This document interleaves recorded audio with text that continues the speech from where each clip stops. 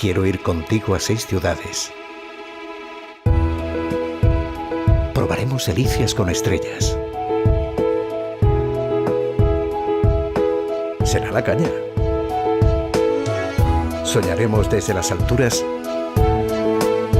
y disfrutaremos como niños. Ven conmigo, porque lo que nos gusta nos une en... Flandes, las tierras del León de Oro, se extienden por el norte y occidente de la actual Bélgica. Sus bajas y amplias llanuras experimentaron desde el medievo un auge económico que las situó entre los lugares más ricos de Europa. Sus puertos del Mar del Norte se convirtieron en los enclaves de la Hansa que controlaban buena parte del comercio europeo. El viajero percibe de inmediato las claves de una sociedad opulenta a través de las ciudades repletas de obras de arte, en especial los fabulosos edificios góticos y las pinturas de la escuela flamenca. Para los viajeros españoles, poseen el atractivo añadido de una historia vivida en común entre Flandes y España.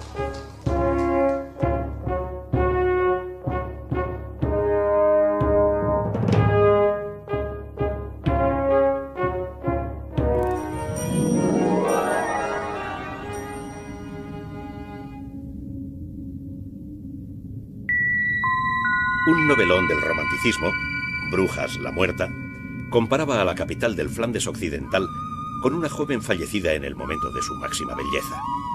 A su llamada acudieron numerosos artistas que se dejaron seducir por la estética medieval y el hálito de misterio que emana de canales y pasadizos. Desde entonces, Brujas se convirtió en un hito de la geografía culta.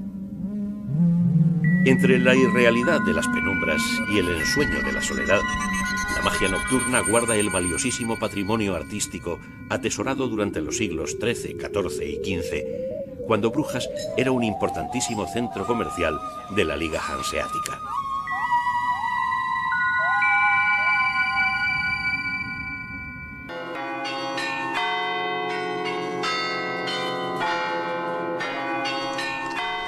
Su actividad económica se vio gravemente dañada con el enarenamiento del puerto, y durante 300 años vivió un profundo letargo que la salvó de la destrucción.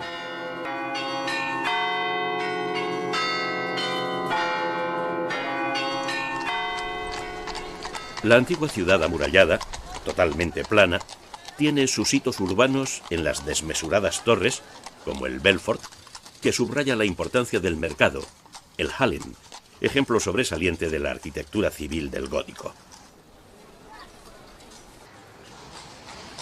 Sus 83 metros de altura gravitan sobre la plaza del Markt, convertida en un símbolo de la orgullosa ciudad de los comerciantes. Una ciudad de hombres libres, rica e independiente. La linterna octogonal contiene un carillón que parece arrancar el sonido del propio cielo.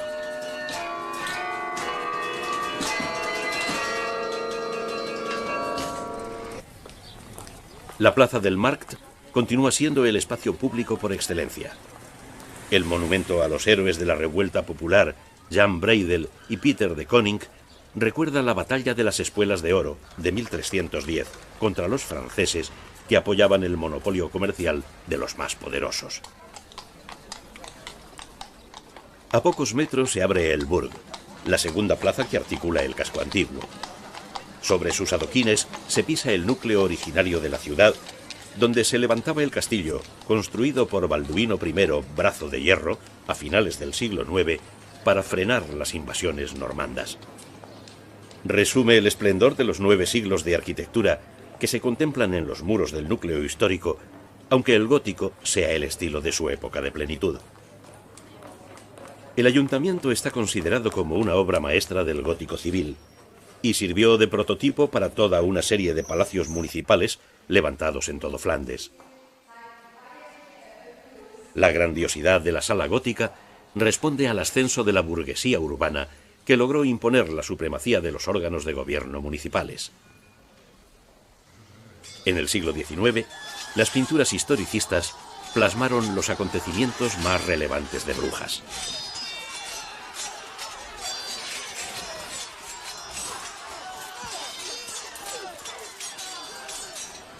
La fachada renacentista del Aude Grifi, antigua escribanía civil, está adornada por la estatua del rey Salomón, ya que fue palacio de justicia. En su interior, la sala de los regidores muestra la enorme chimenea de los Francs de Bruges, diseñada por Lancelot Blondel. De roble, alabastro y mármol, está adornada con tallas del emperador Carlos V, acompañado de sus abuelos paternos, Maximiliano de Austria y María de Borgoña, y los maternos, Isabel y Fernando, los reyes católicos.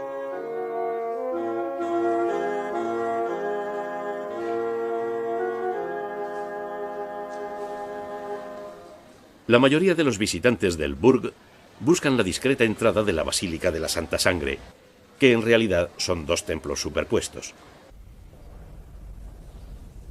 El inferior, de estilo románico del siglo XII, muestra la austeridad de la iglesia que predicó la Segunda Cruzada y fue destinada a acoger al pueblo llano. De aquella expedición, el conde de Flandes se trajo de Tierra Santa la reliquia de la sangre de Cristo, que ahora se custodia en el templo superior, de un desbordante estilo gótico. El contraste entre el gótico del siglo XV y el románico se muestra sin contemplaciones. Los cofrades de la Santa Sangre ofrecen la reliquia a los fieles que acuden a contemplarla desde todos los lugares de la cristiandad.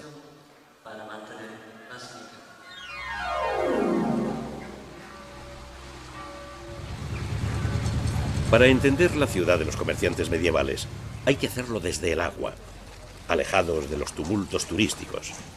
La red de canales es un prodigio de la ingeniería medieval. Los canales fueron hechos como vías para transportar rápidamente las mercancías que entraban y salían del puerto. En un principio, la ciudad hanseática se dedicaba a importar la lana inglesa para transformarla en paños de gran calidad que vendía a toda Europa. Necesitaba grandes almacenes y trabajadores especializados que se agrupaban en gremios. Su desarrollo fue espectacular. La Segunda Cruzada abrió vías comerciales con Oriente, aseguradas por los comerciantes genoveses y venecianos que operaban en Brujas. Otras nacionalidades tenían fuertes intereses comerciales, como sucede con los reinos hispanos. Brujas consiguió controlar el tráfico de mercancías entre la Europa del norte y del sur, del este y del oeste. El viajero contempla el desarrollo que paralelamente experimentó la arquitectura del gótico, creando nuevos edificios palaciegos levantados por los ricos comerciantes, los gremios y los consulados de las diferentes nacionalidades que operaban en la ciudad.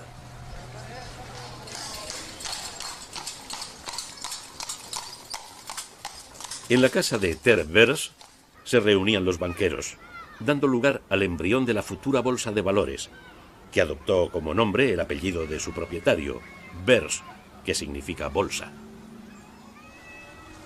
Donde el viajero alza la mirada, se encuentra con el gótico, el estilo que otorga a Brujas su deslumbrante personalidad. Las líneas verticales de las ventanas se adueñan de los muros. Los edificios, al levantarse sobre el escaso terreno intramuros, tienen fachadas muy estrechas y altas que obligan a los ventanales a parecer flechas de luz. La verticalidad solo se rompe con los tradicionales frontones escalonados que caracterizan a la arquitectura popular flamenca.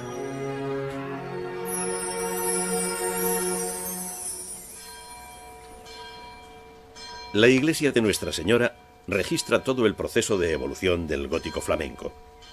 Su fabulosa torre, la esbeltez de los pilares que alcanzan alturas vertiginosas, la profusa decoración de molduras, los arcos de crucería y las pilastras elevadas forman un frondoso bosque de piedra que se eleva y sustenta la bóveda celestial.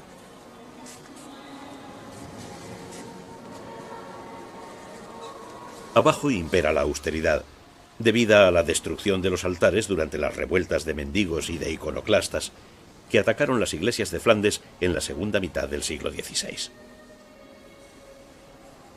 Pero la capilla de los duques guarda el antiguo esplendor, gracias a los mausoleos de Enrique el Temerario y su hija María de Borgoña, cuya belleza marcó la moda de su época. Murió en plena juventud, como su hijo, Felipe el Hermoso, cuyo corazón fue traído desde España para que descansara eternamente junto al de su madre. La Virgen y el Niño atrae la atención de los visitantes, que disfrutan del genio de Miguel Ángel sin tener que desplazarse a Italia, donde se encuentra el resto de sus obras.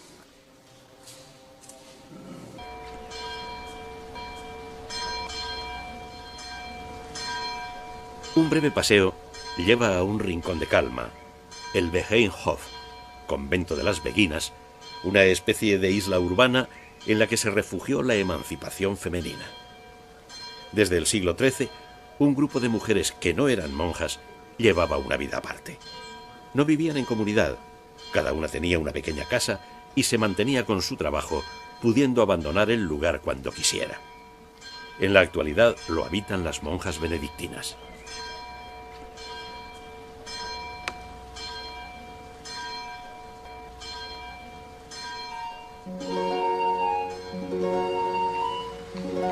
De inmediato aparece el Lago de los Cisnes, un espejismo romántico que encierra la dureza de las disputas entre los altivos burgueses y Maximiliano I, que al ser hecho prisionero vio ajusticiar a uno de sus hombres que tenía como distinción heráldica un cisne. Cuando recobró la libertad, para que los brujenses no olvidaran el crimen cometido, ordenó que en los canales hubiese siempre cisnes.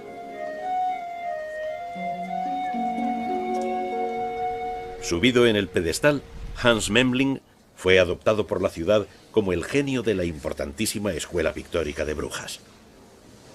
En el vecino Hospital de San Juan, uno de los más antiguos del mundo, la sala de los enfermos estaba unida a la capilla, ya que había que sanar el cuerpo y el alma. Ahora la capilla alberga las obras maestras de Hans Memling: los desposorios místicos de Santa Catalina, el Arca de Santa Úrsula.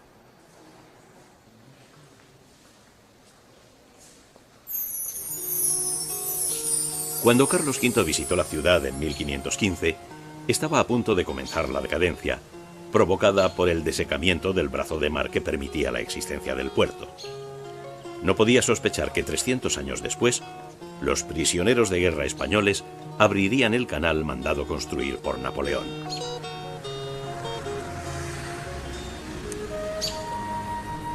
A las afueras de Brujas aguarda la vida rural.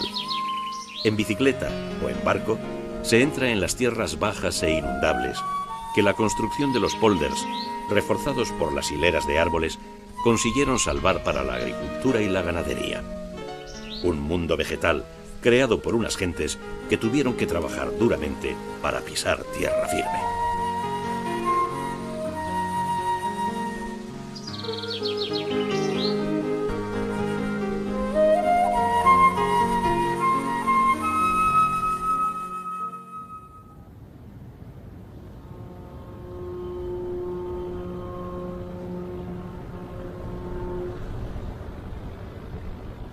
El desecamiento del puerto de Brujas obligó a los comerciantes a buscar un nuevo puerto en el río Escalda, convirtiendo a la nobiliaria ciudad de Amberes en el nuevo centro comercial de Flandes. La elección resultó acertada porque el Mar del Norte está a tan solo 88 kilómetros y era fácil comunicarse con los otros puertos hanseáticos. El desarrollo de Amberes se acentuó con el descubrimiento de la ruta de las Indias Orientales. Amberes pasó a ser el distribuidor en Europa de las especias y objetos preciosos de aquellas lejanas tierras. Incluso en la actualidad es capital para la comercialización de las piedras preciosas, en especial los diamantes.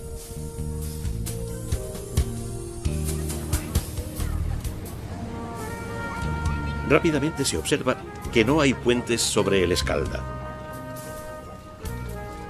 Las dos orillas se comunican por 3 túneles que avanzan debajo de las aguas. A la importancia portuaria se unen el desarrollo industrial y un activo comercio, que convierte a Amberes en la locomotora de Bélgica.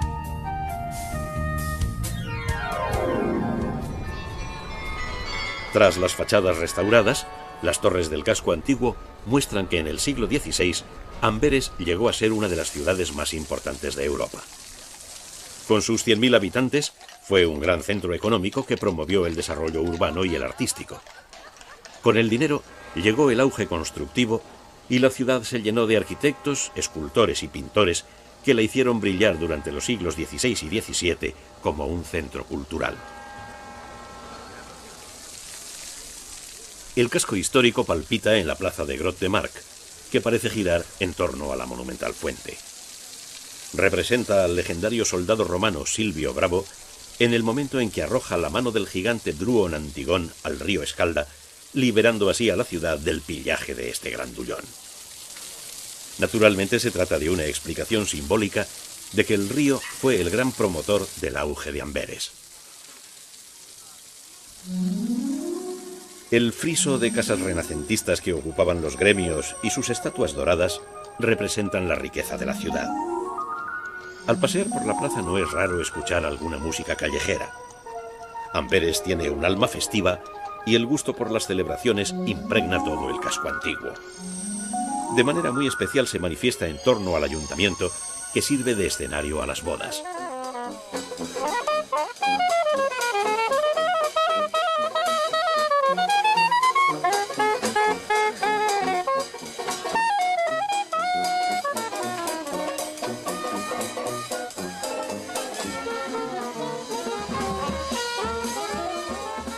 Obra de Cornelio Floris, la desbordante fachada funde las influencias italianas con las flamencas y muestra el escudo de Felipe II, rey de España y soberano de los Países Bajos, en la época de máximo esplendor de ambos reinos. La historia aguarda en su interior.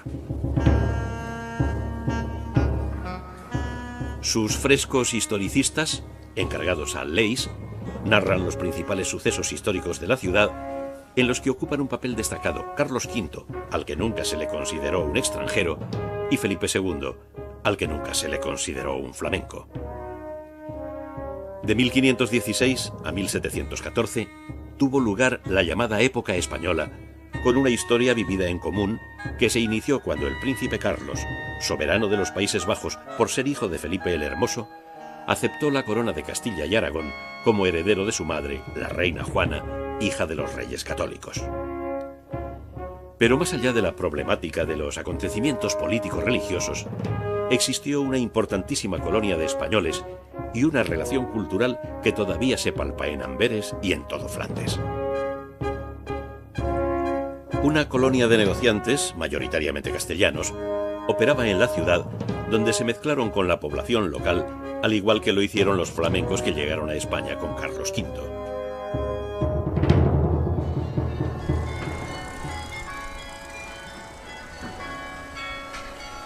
Un breve trayecto lleva ante la catedral, de estilo gótico brabantino. Su fama no se debe solo al hecho de ser el mayor edificio religioso de Bélgica, sino también al refinamiento de la fachada de poniente y la ligereza de su única torre, que se alza 123 metros. En el interior se hace todavía más patente su descomunal escala. La altura de sus 7 naves y la esbeltez de los 127 pilares consiguen crear una sensación de elevación espiritual sobrecogedora.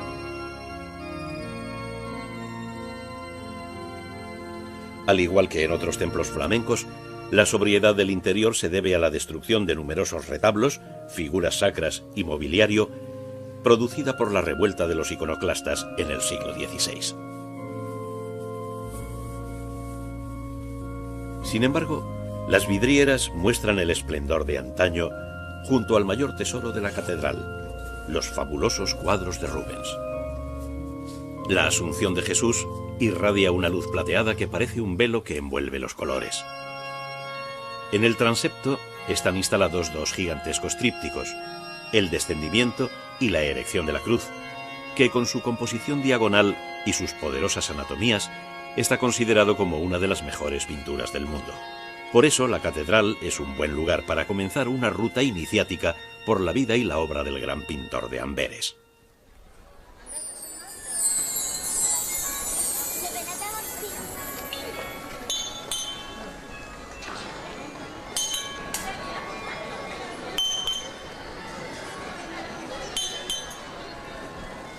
La ruta de Rubens continúa por la Groenplatz, donde la ciudad, totalmente identificada con el pintor, le levantó un monumento que lo representa como el gran patricio que fue. La casa de Rubens permite descubrir la intimidad del genio, pero también sus anhelos sociales. Cuando Rubens triunfó como pintor, se rodeó del lujo que precisaba para conquistar la posición social perdida por el adulterio del padre, que les dejó sin propiedades ni honra.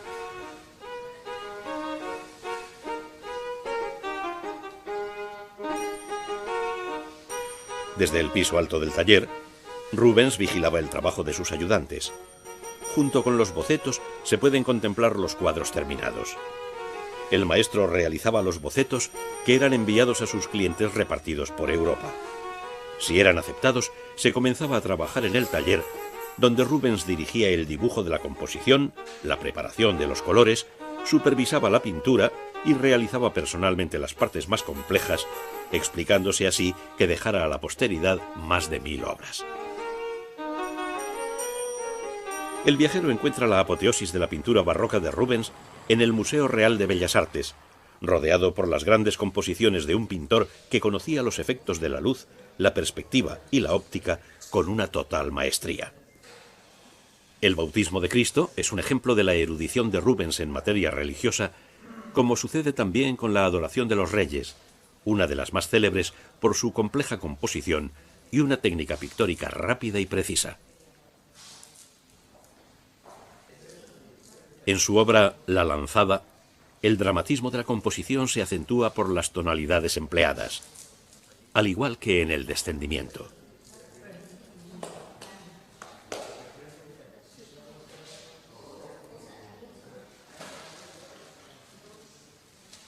La educación de la Virgen y la Sagrada Familia permiten descubrir otra faceta de Rubens, más contenida y de carácter más íntimo.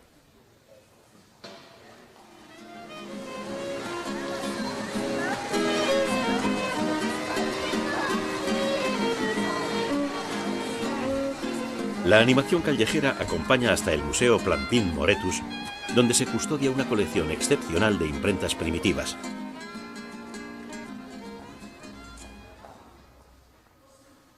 Amberes era un gran centro editorial cuando Cristóbal Plantin se convirtió en el architipógrafo de Felipe II, obteniendo el extraordinario privilegio de la impresión en exclusividad por cuenta del rey de todas las obras litúrgicas destinadas a las iglesias del Imperio español.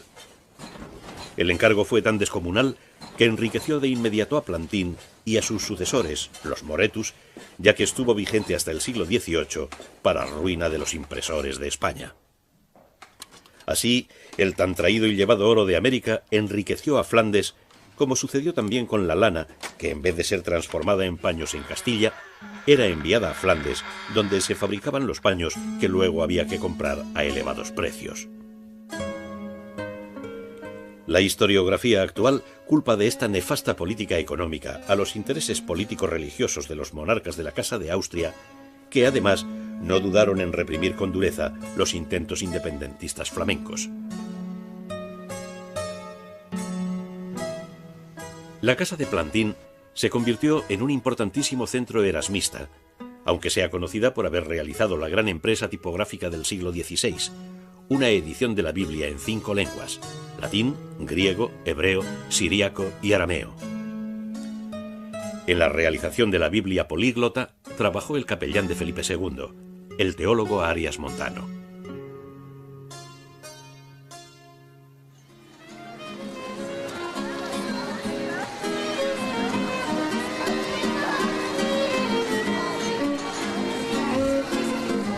Por la mañana, toda la ciudad se pone en marcha. Millares de personas llegan a la monumental estación central, un palacio adecuado para recibir a los visitantes del emporio comercial e industrial de Bélgica.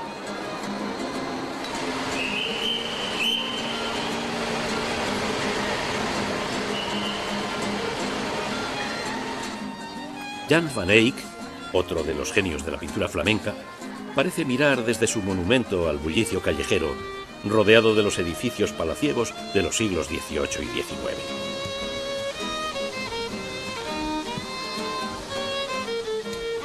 En la calle Meir y aledaños, los comercios muestran las creaciones de los modernos diseñadores de Amberes en un ambiente siempre festivo.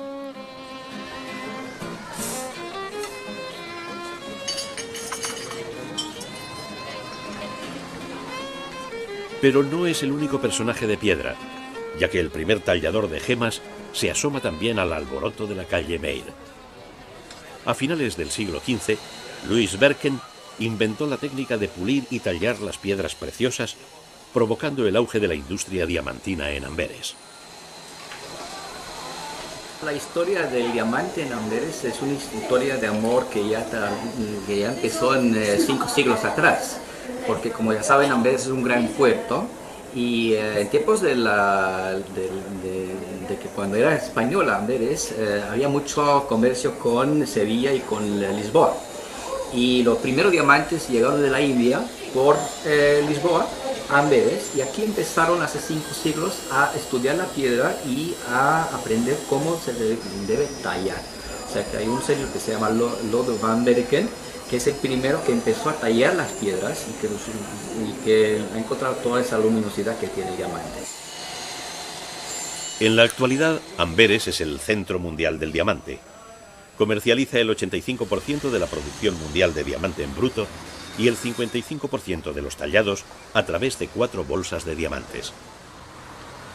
Desde hace varios siglos, una importante colonia judía controla una actividad que posee más de 1.500 empresas y da trabajo a 35.000 personas.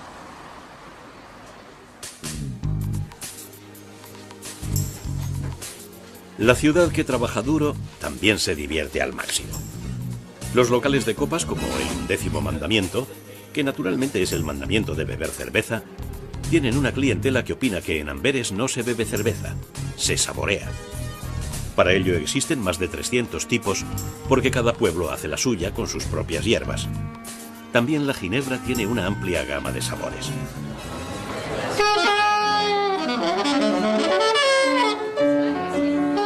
Cuando cae la noche, suena el jazz y la ciudad más rica y moderna de Bélgica sale a divertirse. Restaurantes y antiguas tabernas se disputan los clientes, que también pueden elegir entre los espectáculos de una oferta cultural a la vanguardia de las grandes capitales europeas. El carácter abierto de los habitantes de Amberes echa la culpa de que la ciudad no tenga una fama a la altura de sus méritos al hecho de que cada cual la llama como quiere. Para los ingleses es Antwerpen, para los franceses Anvers y para los españoles Amberes. Demasiado lío.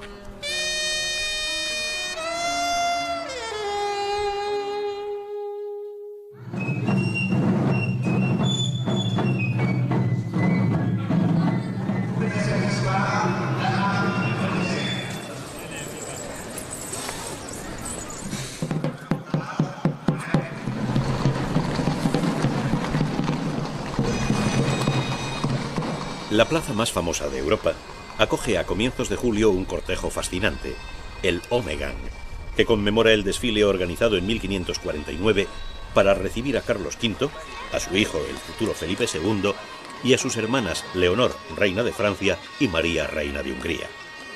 Durante horas, la Grand Place se convierte en una máquina del tiempo que lleva a una época que nadie parece haber olvidado.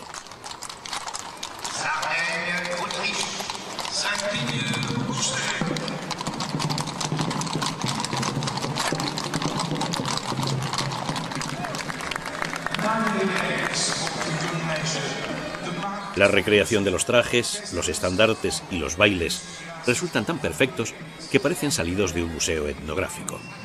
Cada grupo representa a una de las grandes corporaciones gremiales de la ciudad.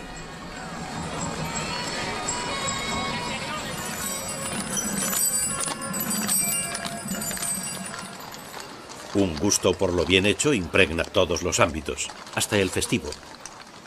Miguel de Unamuno, al visitar Bruselas, ya advirtió que la gente se divierte como los niños, seriamente, tomando la diversión en serio. Jean Cocteau definió para siempre a la Grand Place como el más bello teatro del mundo, y resulta imposible llevarle la contraria.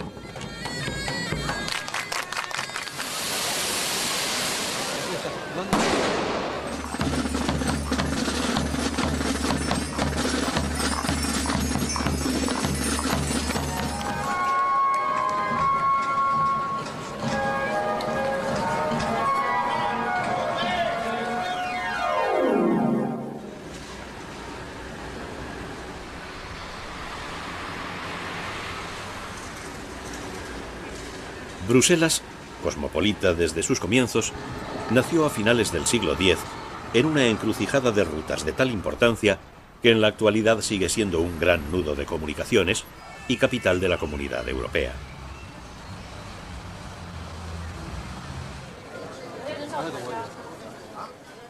El gótico tardío alcanzó su apogeo en el edificio del ayuntamiento, que eleva hacia el cielo una aguja de piedra calada sobre la que se alza San Miguel, patrono de la ciudad.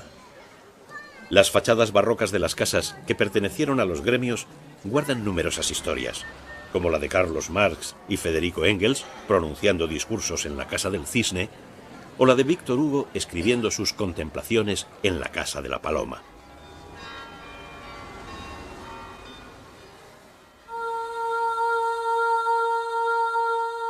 De nuevo el gótico parece un delicado encaje en la Catedral de San Miguel y Santa Gúdula.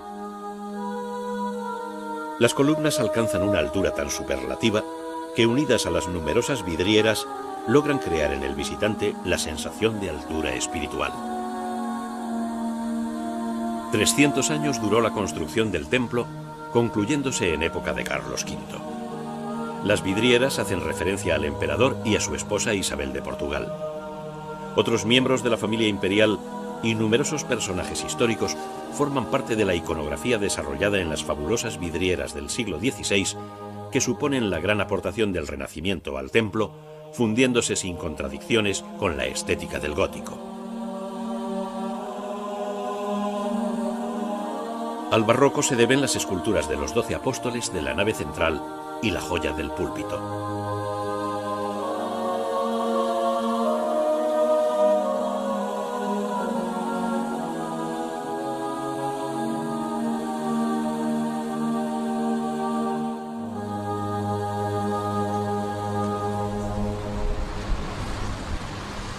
El ascenso hacia los barrios reales muestra la irregular orografía de la ciudad, que llevó a Antonio Pons a compararla con Toledo.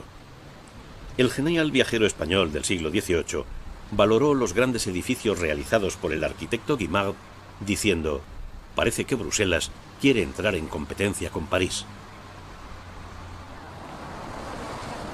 En la Plaza Real, el jefe de la Primera Cruzada, Godofredo de Bouillon, recuerda que bajo sus pies se encontraba el desaparecido Palacio de los Duques de Brabante, donde tuvo lugar la abdicación de Carlos V.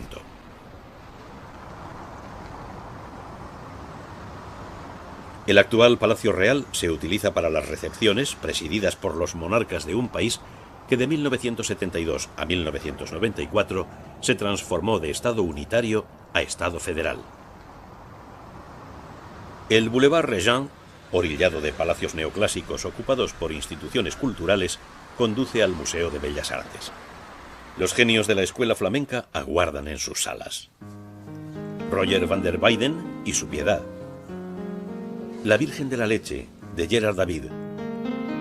El Tríptico Sforza, de Memling. Y en la sala dedicada a Bruegel el Viejo, el discípulo más afamado de El Bosco. Conocedor de la vida popular de sus paisanos y dotado de una imaginación portentosa, el gran humanista logró crear en cada una de sus obras un microcosmos.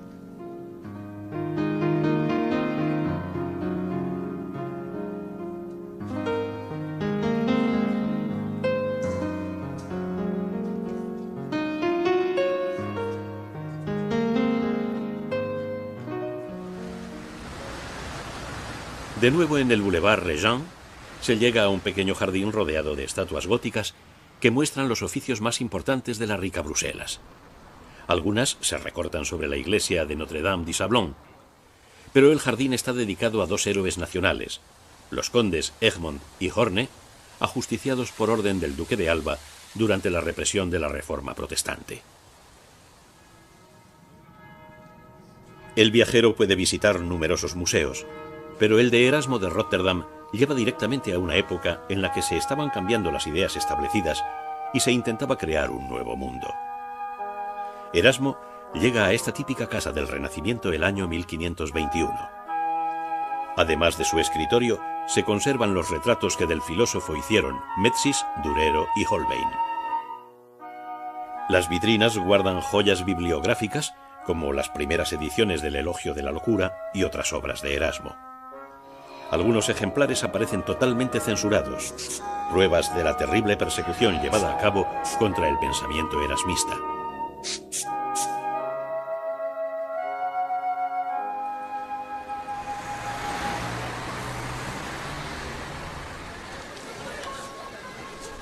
Viajeros, funcionarios comunitarios y estudiantes universitarios se encargan de que el centro de Bruselas, el llamado Pentágono, se sature a las horas punta. Comercios de lujo, restaurantes y cafés populares fagocitan los barrios antiguos, abriéndose galerías comerciales como la de Saint-Hubert.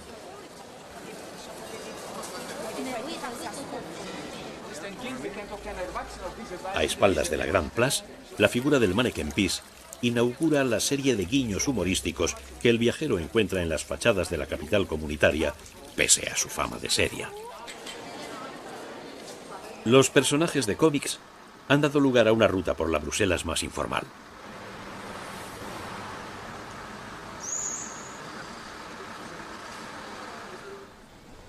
Se les puede ver reunidos en el edificio modernista proyectado por Víctor Horta, que acoge al Centro Belga del Arte de la Tira Cómica, el llamado Noveno Arte, presidido por Tintín, Milou y sus amigos. Hergé fue el artista belga de la tira cómica más renombrado, pero otros compatriotas crearon personajes tan famosos como Lucky Luke, el antihéroe Gastón Lagaffe o los archiconocidos Pitufos.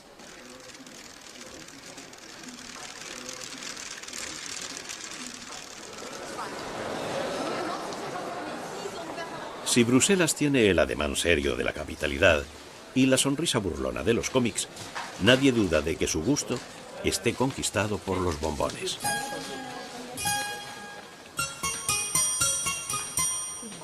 Los pralinés, es decir, los bombones rellenos, presentan una gama infinita de sabores.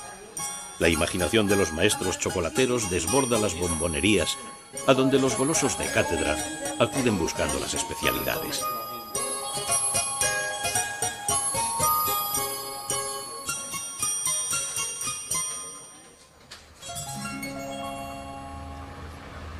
Cuando Víctor Horta propuso cambiar todo, se inicia el Art Nouveau en Bruselas, dando lugar a más de 500 edificios esparcidos por toda la ciudad.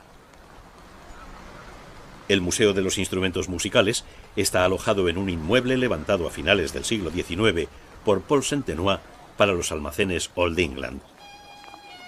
La estética modernista enmarca la fabulosa colección de instrumentos musicales de todo el mundo y de todas las épocas con sus respectivos sonidos.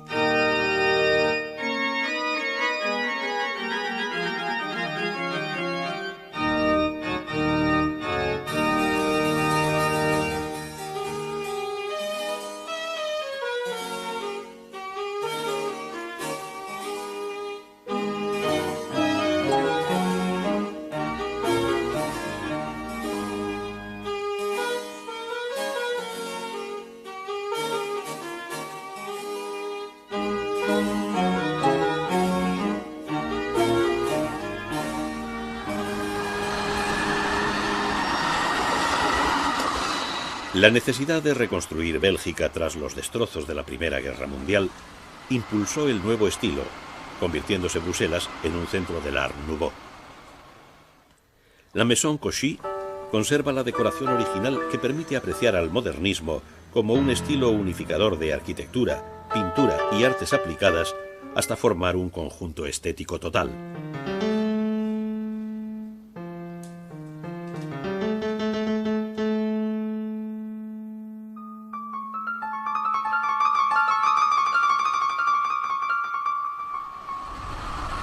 La Casa Anon representa el entusiasmo de una nueva generación de posguerra, cuya burguesía media alta se convirtió en el cliente predilecto del modernismo. Su estética era el deseo de levantar un mundo nuevo, y Bruselas volvió a apostar por la novedad y la alegría ante el progreso.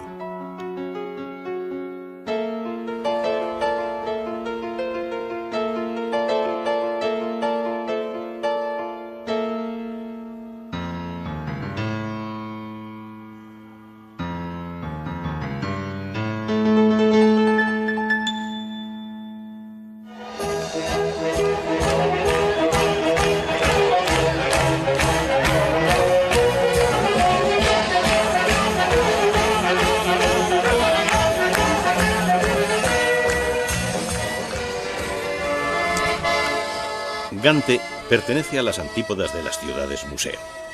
Su fuerte personalidad estalla en la gran fiesta del verano, fiesta que aglutina todos los pequeños festejos de las localidades cercanas, permitiendo así tener una gran fiesta para todos.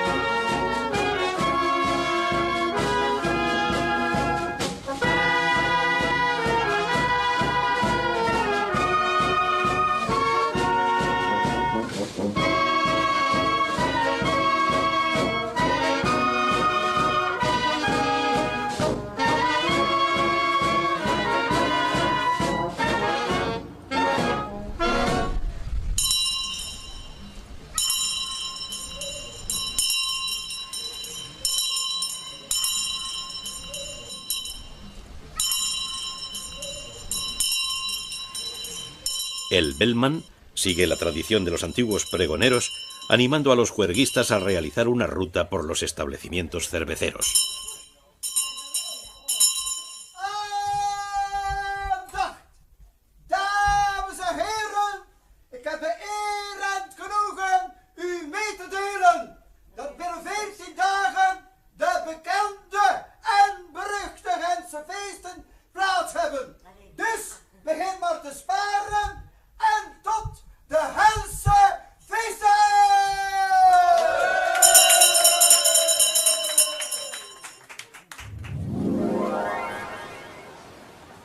Numerosos españoles visitan Gante atraídos por los vínculos históricos, especialmente por ser la ciudad natal del emperador Carlos V. Más allá de la historia vivida en común, Gante reúne en su centro una colección sobresaliente de edificios medievales que acentúan el ambiente cultural creado por su afamada universidad.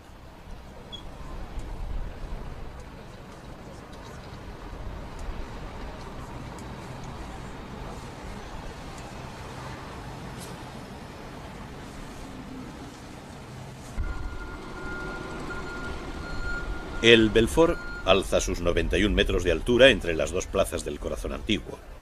Simbolizaba el orgullo de los mercaderes y los tejedores que desde el siglo XII otorgaron a Gante una prosperidad inusitada. Adosado a la torre, el edificio gótico del mercado de paños centraba la actividad económica. La torre pórtico de la Catedral de San Bavón mide su altura con el Belfort, creándose una disputa estética entre el poder religioso y el civil.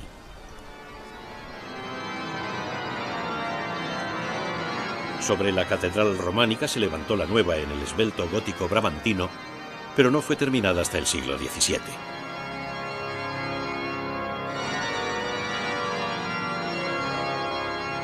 Durante el barroco se adornaron las pilastras nervadas de la nave central con grupos escultóricos y con el púlpito de Laurent Delvaux, ejemplo destacado de los excepcionales púlpitos de las iglesias flamencas.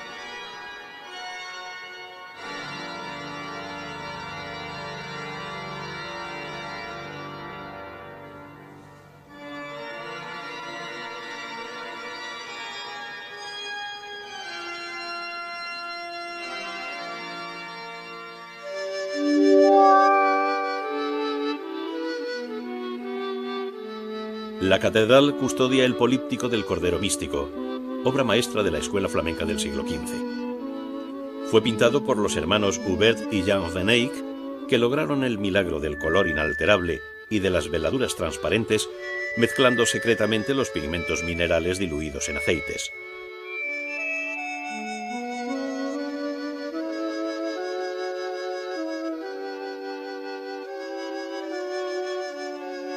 La escena central resulta innovadora por su gran vista paisajística.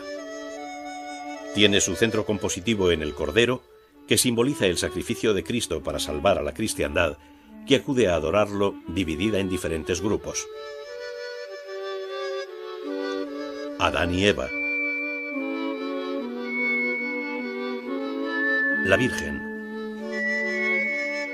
San Juan Bautista. Los grupos se acercan a adorar al Cordero. Las figuras del Antiguo Testamento, las figuras del Nuevo Testamento, los Caballeros de Cristo, los ermitaños,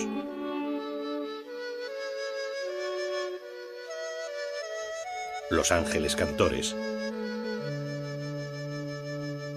Esta obra universal fue salvada del furor de los iconoclastas. Sobrevivió a 3 guerras y Gante la aclamó a su vuelta del exilio provocado por los nazis.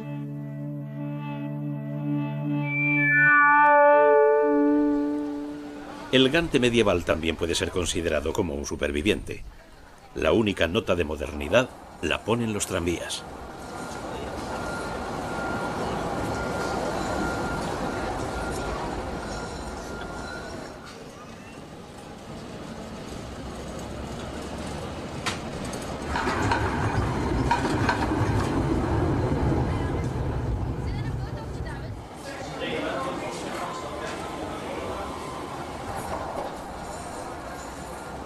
Sin embargo, ha desaparecido el Palacio de los Duques de Borgoña, donde la reina Juana, el 24 de febrero de 1500, trajo al mundo un niño que fue llamado Carlos en honor a su abuelo Carlos el Temerario.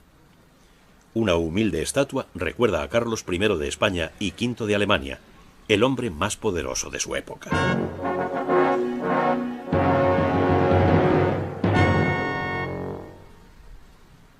El pasado se vuelve presente al descubrir el perfecto estado de conservación de calles y muelles que convierten a Gante en un fabuloso emporio del arte medieval.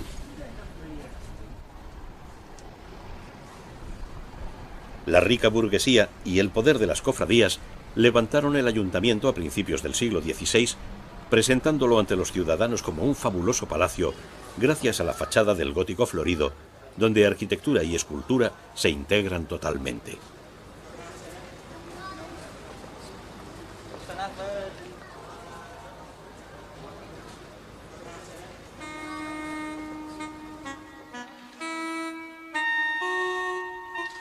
La sala del trono, de estilo renacentista, está adornada con esculturas de madera de los abuelos de Carlos V.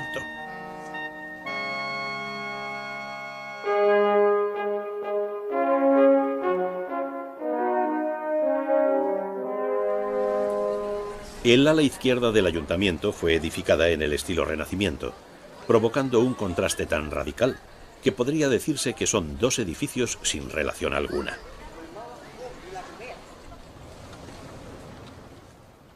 El conjunto de las torres de San Nicolás, de la Catedral y del Befort enmarcan el puente de San Miguel sobre el Leie. El paseante lo atraviesa para acceder al muelle de Herve y al muelle Blé, convertidos en la zona de la animación, donde turistas y estudiantes llenan las tabernas y los restaurantes abiertos en los antiguos edificios gremiales y en los locales portuarios.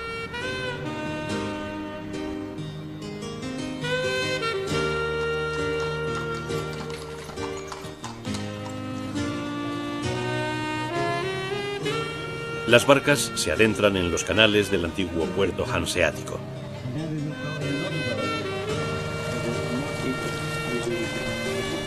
Ante el viajero surge la opulencia de una de las sociedades más ricas de Europa durante los siglos XV y XVI. Hacia el año 1500, Gante era, después de París, la ciudad más grande y poblada al norte de los Alpes.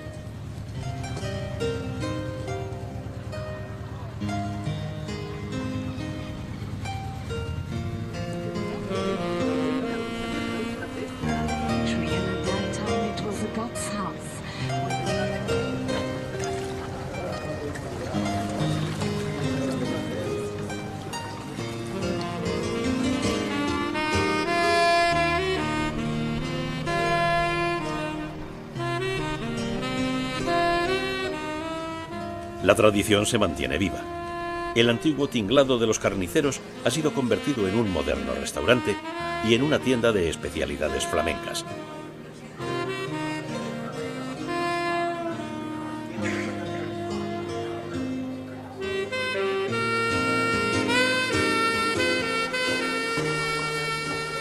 Los comercios también responden a otros tiempos. La Casa de la Mostaza se ha mantenido inalterable. Realizada con la vieja fórmula, puede ser comprada a granel. Las hierbas consiguen numerosos sabores de mostaza y también de ginebra, contabilizándose 170 tipos.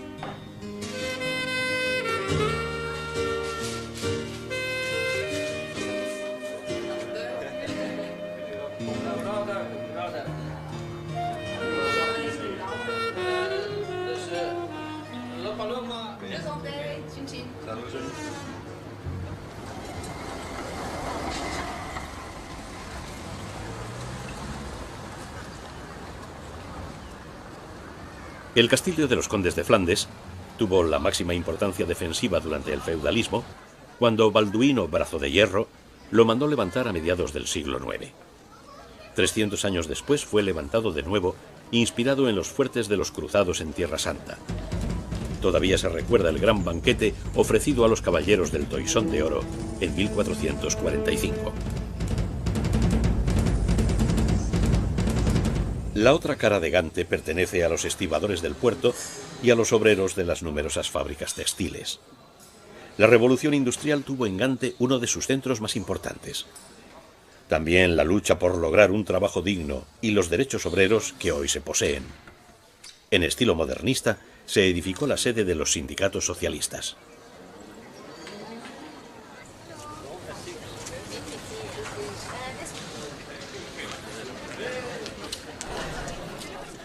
Por la tarde comienzan a llenarse las cervecerías. Dicen que en el centro de Gante hubo 400 destilerías que hacían su propia cerveza porque el agua era imbebible. Ahora la variedad de sabores se mantiene en una ciudad especialmente acogedora.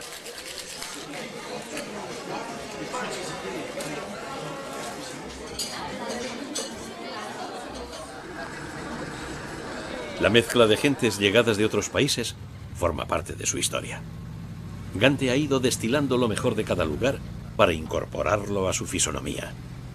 Bajo la fachada medieval, se rinde culto a la pluralidad.